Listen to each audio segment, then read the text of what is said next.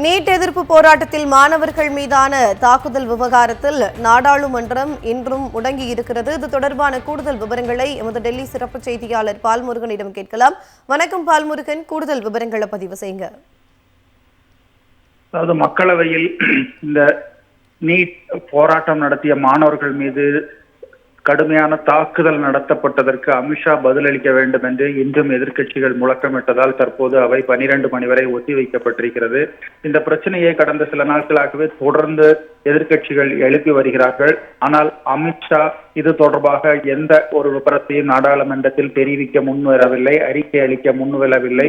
இதற்கு தான் தொடர்ந்து எதிர்ப்பு தெரிவித்து வந்தனர். நேற்று வரை கிட்டத்தட்ட 7 நாட்கள் அவை முடங்கியது குறிப்பிடத்தக்கது. நேற்று பிற்பகல் முதல் நாடாளுமன்றத்தில் இந்த நீட் மோசடி தொடர்பான மசோதா தாக்கல் செய்யப்பட்டு விவாதம் நடைபெற்று வருகிறது. விவாதத்தின் போதும் உள்துறை அமைச்சர் அமித்ஷா கலந்து கொள்ளவில்லை. இன்று காலையும் அவர் அவைக்கு வரவில்லை. இந்த நிலையில்தான் எதிர்க்கட்சிகள் ஒட்டுமொத்தமாக இந்த மாணவர்கள் மீது நடத்தப்பட்ட தடியடி உள்ளிட்ட கடுமையான தாக்குதலுக்கு அமித்ஷா உரிய பதிலளிக்க வேண்டும் என்று தொடர்ந்து முழக்கமிட்டனர். இதன் காரணமாக அவை தற்போது 12 மணி வரை ஒத்திவைக்கப்பட்டிருக்கிறது. ஜெனிஃபர், கூடுதல் விவரங்களை வழங்கியமைக்கு நன்றி பால்முருகன்.